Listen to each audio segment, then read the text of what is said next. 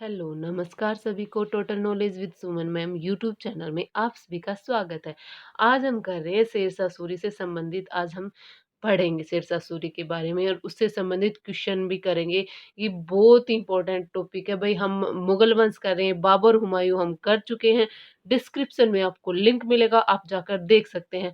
क्योंकि बाबर हुमायूं को पढ़ना ज़रूरी है, क्योंकि हुमायूं के साथ इसके युद्ध हुए थे। बाबर के भाई शिविर में ये रहा था, तो उनके युद्धों को भी देखना ज़रूरी है, ठीक है? और दूसरी बात ये हुमायूं के शासनकाल के बीच में आया था और अफ़गान वंश की स्थापना की थी। इसने बहुत ही अच्छे काम किए थे। इसने मुगल वंश को उखाड़ दिया था। और ये एग्जाम के पॉइंट ऑफ व्यू से बहुत ज़रूरी है इसे पढ़ना।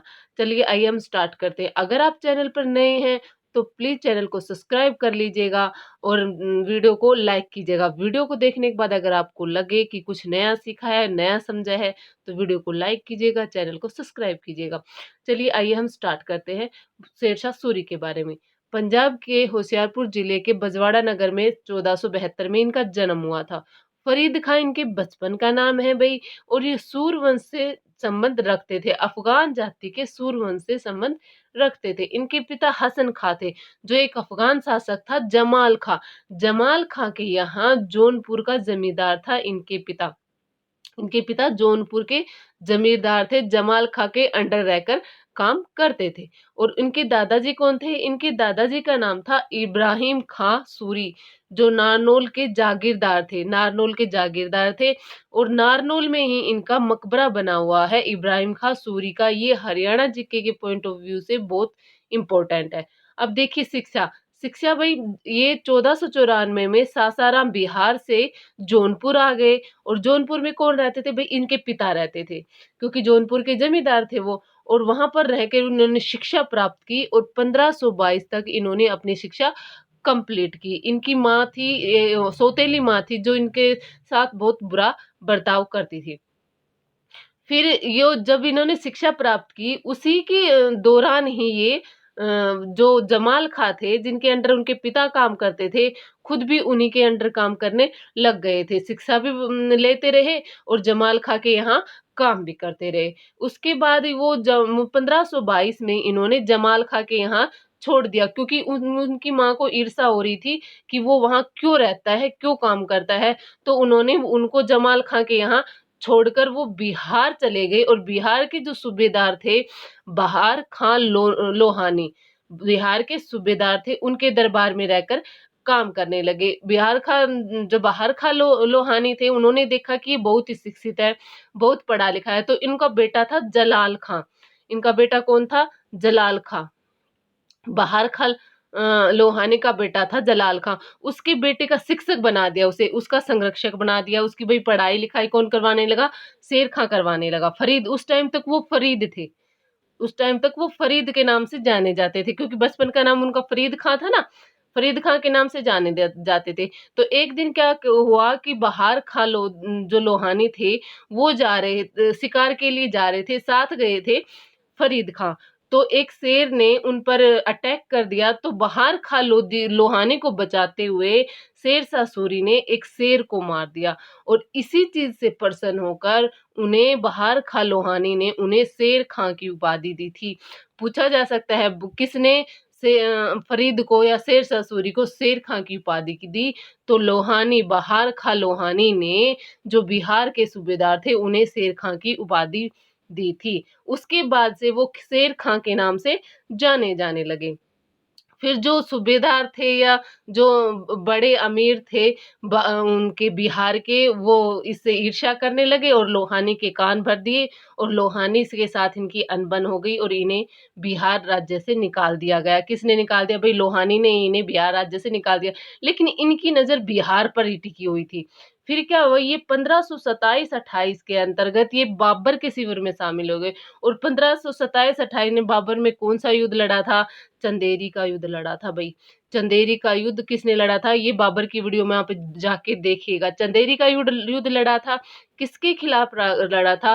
राजा मदीन राय के खिलाफ लड़ा था। और उस युद्ध में शेरशाह सूरी ने बाबर का साथ दिया था।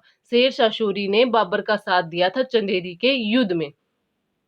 फिर भई ये 1 डेढ़ साल शेरशाह सूरी के शिविर में रहे, वहाँ पे मुगल जो सेना थी उनके बारे में जो भी अच्छी चीज़ें थी, जो भी खरा कमियाँ थी, वो सब चीज़ें उन्होंने वहाँ पर सीखी। उसके बाद क्या हुआ, जो बहार खाँ लोहानी थे, उनकी मृत्यु हो गई और उनकी न ये वो बाबर के शिविर में भी रहते हुए उनकी नज़र बिहार पर ही थी। उन्हें पता था कि उनका बेटा छोटा है और इनके बनने के बाद मैं गद्दी पर बैठ सकता हूँ। तो इन्होंने क्या किया, बहार खाँ लोहानी की जो विधवा थी, दूदू बेगम, कौन थी भई? दूदू बेगम, उनसे कर ली शादी और उनसे शादी करने के बाद वो बिहार के राज्यपाल बन गए। भई उनकी जो बहार खाँ लोहानी की जो वाइफ़ थी, उससे शादी कर ली और बिहार के राज्यपाल बन गए। ठीक है भई। फिर क्या हुआ, फिर 1500 भई ये डेट गलत लिखी गई। ये है 1529। 1529 में बंगाल के शासक थे नुसरत खां।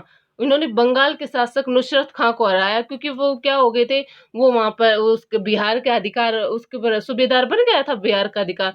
फिर वो अपनी शक्तियों को बढ़ाने के लिए वो बंगाल के शासक नुसरत खां को हराया उसने और अपने आप को किस उपाधि से नवाजा? हज़रत ए आला की उपाधि से नवाजा। पूछा जा सकता है किस युद्ध के बाद यानी या किस समय में, किस डेट में इन्होंने हज़रत ए आला की उपाधि धारण की? तो 1529 में नुसरत खां को हराने के बाद हज़रत ए आला की उपाधि धारण की। फिर 1530 में क्या हुआ? 1530 में जो चुनार का किला था भई, उस पर अधिकार था ताज़ खां का। ताज़ खां एक सुल्तान थे, उनका अधिकार था चुनार के किले पर। उनकी मृत्यु हो गई। उनकी मृत्यु होने के बाद इनकी जो विधवा थी, उनसे भी शेर खां ने शादी कर ली और चुनार के किले पर 1530 में इन्होंने अधिकार कर लिया। कब कर लिया? 1530 में चुनार के किले पर अधिकार कर लिया। फिर 1532 में दोहिया का युद्ध हुआ था। ये हम पढ़ चुके हैं हुमायूं की वीडियो में। हुमायूं ने किया था, हुमायूं का सेकंड युद्ध था राज्याभिषेक के बाद। पहला युद्ध था कालिंजर का युद्ध, दूसरा युद्ध था दोहरिया का युद्ध। ये हुमायूं ने मोहम्मद लोदी के विरुद्ध लड़ा था। ठीक है भई। अफ़गान जो मुगलों के सबसे बड़े दुश्मन कौन थे? अफ़गान थे और ये मोहम्मद लोदी था, ये अफ़गानी था और इस युद्ध में शेरशाह सूरी ने शेर खां ने किसका साथ दिया था? भई मोहम्मद लोदी का साथ दिया था। उस टाइम जब वो चंदेरी का युद्ध हुआ था, उस टाइम मुगलों की तरफ से लड़े थे। दोहरिया का युद्ध हुआ था, उस टाइम ये अफ़गानों की तरफ से लड़े थे, मोहम्मद लोदी की तरफ से लड़े थे। लेकिन ये नाम मात्र से लड़े थे क्योंकि ये बिल्कुल डायरेक्ट आना नहीं चाहते थे। उस टाइम इसके पास इतनी शक्तियाँ नहीं थी कि डायरेक्ट सामना कर सके। ये भई अनडायरेक्ट रूप से इनके साथ लड़े थे क्योंकि ये भी कहीं न कहीं ये चाहता था कि ये भई हारे और मैं अपने साम्राज्य का विस्तार कर सकूँ। फिर क्या हुआ, जब हुमायूँ को पता लग गया कि मोहम्मद लोदी का साथ दिया है शेर खां ने, तो 1933 में, भई इस डेट में कन्फ्यूजन है, किसी बुक में 1932 लिखा हुआ है, किसी बुक में 1933 लिखा हुआ है। हुमायूं ने चुनार का जो किला था जिसका 1930 में शेरशाह सूरी ने भई अपने कब्जे में लिया था, उसका घेराव कर दिया। किसने कर दिया? हुमायूं ने कर दिया। ये बड़ा समझदार निकला। कौन भई? शेरशाह सूरी, क्योंकि ये बहुत पढ़ा लिखा था भई। मध्य युग के जितने भी शासक थे उनमें सबसे पढ़ा लिखा हुआ था। शेर खां बहुत समझदार एक ना, इसने क्या किया, बिना युद्ध लड़े ही संधि कर ली। क्या क्या संधि कर ली? ये हम किसमें, हुमायूं की वीडियो में बिल्कुल डिटेल में पढ़ चुके हैं। अब मैं आपको मोटा-मोटा बताऊँगी। इन्होंने इनके साथ संधि कर ली, खुद को भई इनकी किसकी, हुमायूं की अधीनता स्वीकार कर ली, एक सेना और अपना बेटा कुतुब खां हुमायूं की सेवा के लिए भेज दिया और क्या और खुद चुनार के किले पर खुद का अधिकार रखा कि भाई चुनार का किला मैं रख लेता हूँ लेकिन तेरे अधीन रहकर काम करूंगा, मेरा ये बेटा और ये सेना आपकी सेवा में रहेंगे। ये इसने क्यों किया था कि हुमायूं का जो ध्यान है वो इसकी तरफ ना हो और वह अपनी शक्तियों को बढ़ा सके, और यही इसने किया। ये सब करने के बाद इसने क्या किया, बंगाल पर, सूरजगढ़ पर आक्रमण करके अपनी सेना का विस्तार किया, धन बढ़ाया और एक शक्तिशाली राजा के रूप में ये उभरा। ये सब देखते हुए 1538 में फिर दोबारा से हुमायूं ने चुनार के किले पर भई घेराव कर दिया कि भई ये तो शक्ति बढ़ाने लग गया, और उसी की वजह से 26 जून 1539 को शेरशाह सूरी के और शेर खां के बीच बीच में चौसा का युद्ध हुआ। कौन सा युद्ध हुआ भाई? चौसा का युद्ध हुआ। और इस युद्ध में हुमायूं ने गंगा नदी में कूदकर अपनी जान बचाई थी भाई। गंगा नदी में अपने घोड़े के साथ गंगा नदी में कूद गया था और अपनी जान बचाई थी। और एक भिश्ती ने इसकी जान बचाई थी, किसकी? हुमायूं की। और उसी भिश्ती को हुमायूं ने एक दिन के लिए राजा बनाया था और उसी भिश्ती ने चमड़े के सिक्के चलाए थे। ठीक है भाई। और इसको हुमायूं, चौसा के युद्ध में हुमायूं को हराने के बाद शेर खान ने शेरशाह सूरी की उपाधि धारण की थी। पूछा जा सकता है कब की थी, किस युद्ध के बाद की थी और किसको हराने के बाद की थी? तो चौसा के युद्ध में 26 जून 1529 में, और हुमायूं को हराने के बाद शेर खान ने शेरशाह की उपाधि धारण की थी भाई। ये करने के बाद ये डायरेक्ट फिर क्या हुआ? फिर भाई मुगल बहुत बड़ी सेना थी, ये भाई इनका अपमान हो गया था। इस वजह से 27 मई 1540 को कन्नौज की, या बिलग्राम भी बोलते हैं भाई, बिलग्राम में दोबारा से हुमायूं वापिस आया और ये एक निर्णायक युद्ध बना। इस युद्ध में भी बाबर ने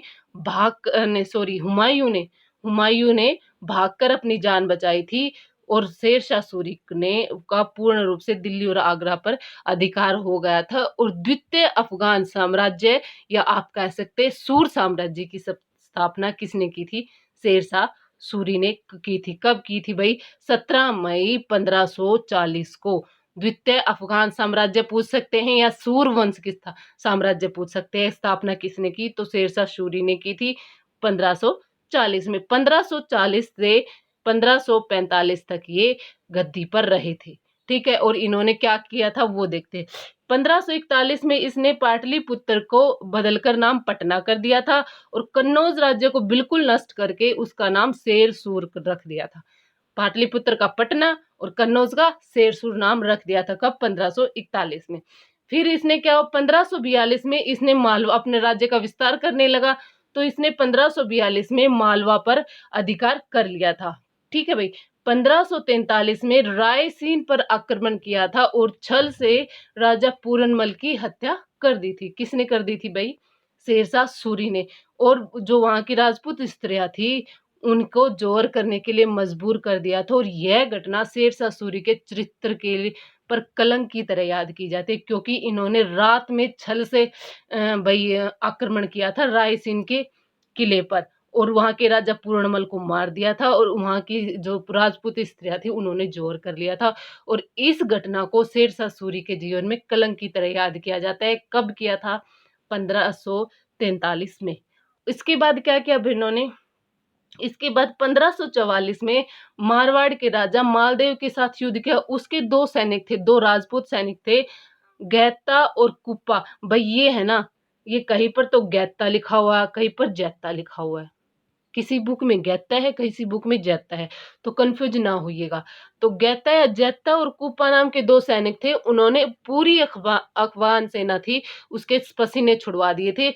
और उन दोनों की भाई बहादुरी से प्रभावित होकर शेरशाह सूरी ने कहा था कि मैं एक मुट्ठी बाजरे के लिए पूरे वो हिंदुस्तान का साम्राज्य लगभग खो चुका हूँ। भाई एक मारवाड़ राज्य के लिए मैं अपना पूरा हिंदुस्तान का जो साम्राज्य उसके अधीन था, मैं उसको लगभग खो चुका था।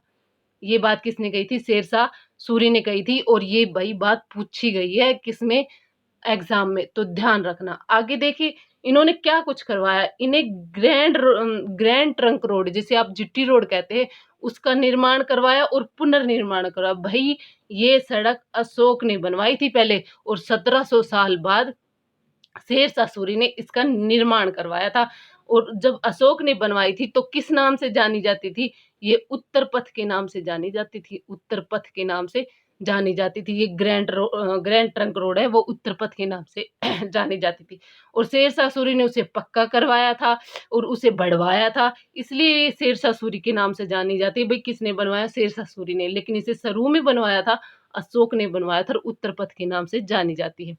और शेरशाह सूरी के टाइम में इसे सड़क ए आजम के नाम से जाना जाता था, जिसका मीनिंग होता था प्रधान सड़क। क्या मीनिंग होता था? प्रधान सड़क, जिसका मीनिंग होता था, जो शेरशाह सूरी के समय में इसे सड़क ए आजम के नाम से जाना जाता था। इन्होंने क्या कुछ बनवाया? इन्होंने दिल्ली में किला एक कूना नाम की मस्जिद बनवाई थी और पुराना किला बनवाया था। एक इमारत बनाई थी पुराने किले के नाम से, किला एक कूना एक मस्जिद बनवाई थी। और उन्होंने अपने साम्राज्य के उत्तर पश्चिमी सीमा को सुरक्षित करने के लिए रोहतासगढ़ के किला का निर्माण करवाया था। भाई पूछा जा सकता है रोहतासगढ़ का किले का निर्माण किसने करवाया, तो वो शेरशाह सूरी ने करवाया। पूछा जा सकता है क्यों करवाया, तो उत्तर पश्चिमी अपने साम्राज्य की उत्तर पश्चिमी सीमा को सुरक्षित करने के लिए करवाया था। इन्होंने फिर इनका लास्ट का युद्ध है वो कौन सा है, इनका लास्ट का युद्ध है कलिंजर का युद्ध। कलिंजर के किले पर इन्होंने अधिकार करने के लिए 22 मई 15 भाई पहले 22 मई को तो इनकी मृत्यु हो गई थी। 1545 में इन्हें कलिंजर के किले पर आक्रमण किया। वहां के राजा कौन थे, राजा कीरत सिंह। भाई इसे भी ध्यान रखना जरूरी है, पूछा जा सकता है। जब शेरशाह सूरी ने कलिंजर के किले पर आक्रमण किया तो वहां के राजा कौन थे, तो वो थे राजा कलिंजर सिंह। तो उन्होंने वहां पर आक्रमण किया। उन्होंने वो लगभग किले को भाई अपने अधीन कर चुका था। वो उस किले को भाई बिल्कुल मतलब ध्वस्त करना चाहता था, नष्ट करना चाहता था। उक्का नाम की तोप से, उक्का नाम के अस्त्र का प्रयोग कर रहा था। कहा जाता है कि गोला जाके कलिंजर के किले की दीवार पर लगा और वापिस आके जो बारूद का ढेर था उनके पास, उसमें आके गिर गया और 22 मई 1545 को शेरशाह सूरी की मृत्यु हो गई। किसमें भाई, बारूद के ढेर में। किनकी भाई, शेरशाह सूरी की मृत्यु हो गई थी। कहाँ हुई थी, पूछा जा सकता है कहाँ शेरशाह सूरी की मृत्यु कहाँ हुई, तो कलिंजर में हुई थी। कलिंजर कहाँ है, बुंदेलखंड में है। अब देखिए, और शेरशाह सूरी का मकबरा सासाराम बिहार में स्थित है। भाई एक झील है, झील के अंदर एक टीला है, उस टीले के ऊपर शेरशाह सूरी ने अपना मकबरा बनवाया हुआ था। शेरशाह सूरी ने खुद बनवाया था भाई, अपनी मृत्यु से पहले बनवाना शुरू कर दिया था। और इनकी मृत्यु के 3 महीने बाद इनके बेटे जो इनके उत्तराधिकारी थे, इस्लाम खां भाई, इस्लाम खां, इन्होंने 3 महीने बाद 1545 में उस जो वो मकबरा था उसे कंप्लीट करवाया था। और पूछा जा सकता है उसके भाई डिजाइनर कौन थे, वास्तुकार कौन थे, तो उनके वास्तुकार थे मीर मोहम्मद अलीवाल खां, उसके वास्तुकार थे, उसने डिजाइन किया था।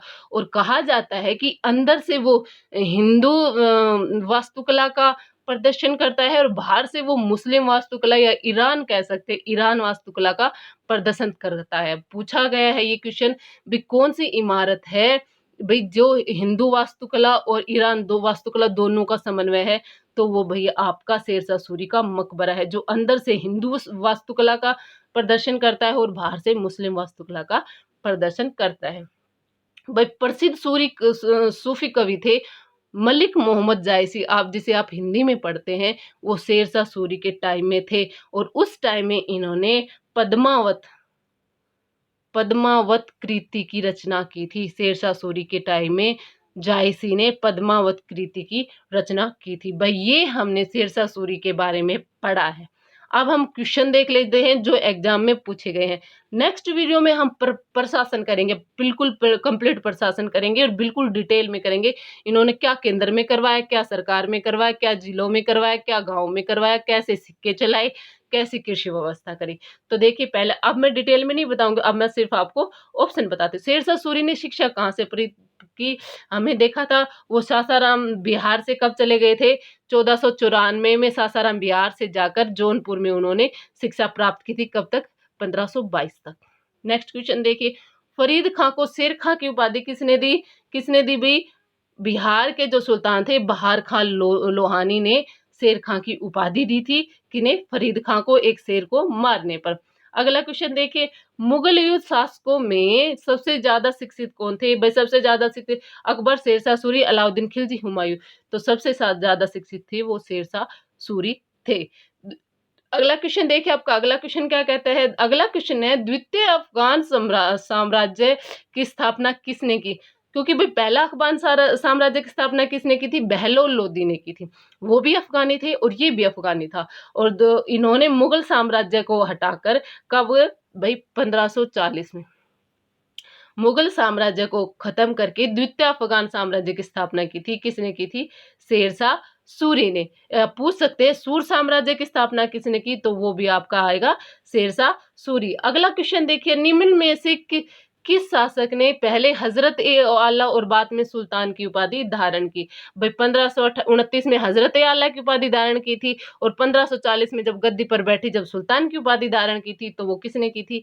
शेरशाह सूरी ने की थी। किस मुगल बादशाह को हराकर शेरशाह सूरी भाई साम्राज्य की स्थापना की थी? सूर साम्राज्य की। तो हमें पता है कन्नौज व चौसा के युद्ध में हुमायूं को हराकर वो भाई उन्होंने गद्दी पर बैठा था, दिल्ली की गद्दी पर, और सूर साम्राज्य की स्थापना की थी। अगला क्वेश्चन देखिए, किस युद्ध के बाद शेर खान ने शेरशाह की उपाधि धारण की? तो भाई पता है चौसा के युद्ध के बाद उन्होंने हुमायूं को हराकर शेरशाह की उपाधि धारण की थी। तो इसका ऑप्शन आएगा चौसा का युद्ध। कब हुआ था? 1539 में।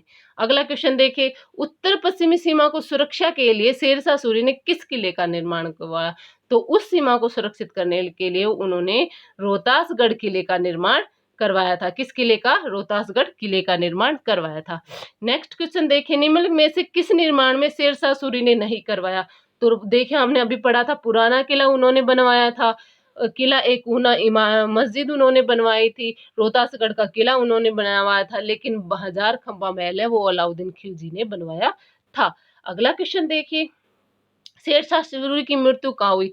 भाई कहाँ हुई थी? कलिंजर के महल पर कब्जा करने के लिए वहां पर युद्ध लड़ रहा था और एक गोला उनके भाई बारूद के ढेर में आकर गिर गया, वहां मर गया। तो बुंदेलखंड कालिंजर में उनकी मृत्यु हुई थी। अगला क्वेश्चन देखिए, निम्नलिखित में से किस में हिंदू व ईरानी वास्तुकला का समन्वय देखने को मिलता है? तो भाई अभी बताया था जो शेरशाह सूरी का मकबरा है वो हिंदू व मुस्लिम दोनों वास्तुकला का प्रदर्शन करता है। कौन सा? भाई शेरशाह सूरी का मकबरा। और ये मकबरा है वो ताजमहल से भी ऊंचा है भाई, ये मकबरा ताजमहल से भी बड़ा और ताजमहल से भी ऊंचा है। किस युद्ध के बाद शेरशाह सूरी ने हुमायूं को भारत से निर्वासित कर दिया था? भाई किस युद्ध के बाद शेरशाह सूरी ने हुमायूं को भारत से भगा दिया था? तो भाई कन्नौज जो चौसा का युद्ध हुआ था उसके बाद वो फिर आया था, और कन्नौज के युद्ध के बाद उन्होंने हुमायूं को बिल्कुल भगा दिया था और आगरा और दिल्ली पर पूर्ण रूप से अधिकार कर लिया था। किसने? शेरशाह सूरी ने। अगला क्वेश्चन देखिए, शेरशाह सूरी द्वारा किस किले पर रात में आक्रमण करने पर उसके चरित्र पर काले धब्बे की संज्ञा दी जाती है? भाई उन्होंने रायसीन के किले पर रात में हमला किया था और छल से राजा पूर्णमल को मार दिया था, और जो राजपूत स्त्रियां थी उन्हें जोरर करने के लिए प्रतिबद्ध कर दिया था, और इसी वजह से इस घटना को उनके चरित्र पर काला धब्बा माना जाता है। अगला क्वेश्चन देखिएगा, किस विजय के बाद शेरशाह सूरी ने कहा कि मैं मुट्ठी भर बाजरे की के लिए हिंदुस्तान साम्राज्य को लगभग खो चुका हूं? ऑप्शन देखिए, मारवाड़ की विजय के बाद, मालवा, रायसीन या कालिंज। तो मारवाड़ की विजय के बाद इन्होंने ये कहा था, उनके दो राजपूत से जायता जायता और कुप्पा, उन्होंने अफगान सेना के छक्के छुड़ा दिए थे, पसीने छुड़वा दिए थे, और इसी वजह से उन्होंने ये सब कहा था मारवाड़ की विजय के। अधिकार तो कर लिया था लेकिन उन्होंने मतलब कि उन्होंने को बहुत दम लगाना पड़ा था। अगला क्वेश्चन देखिए, किसके समय में मलिक मोहम्मद जायसी ने पद्मावत की रचना की? तो भाई हमने पढ़ा था ये किसके समकालीन थे? शेरशाह सूरी के समकालीन थे। तो शेरशाह सूरी के टाइम में जायसी ने पद्मावत कृति की रचना की थी, यानी पुस्तक की रचना की थी। ये भाई हमने 15 क्वेश्चन और शेरशाह सूरी के बारे में कंप्लीट पढ़ा है। अगर आपको वीडियो अच्छी लगी हो तो प्लीज लाइक कीजिएगा और चैनल को सब्सक्राइब कीजिएगा। धन्यवाद।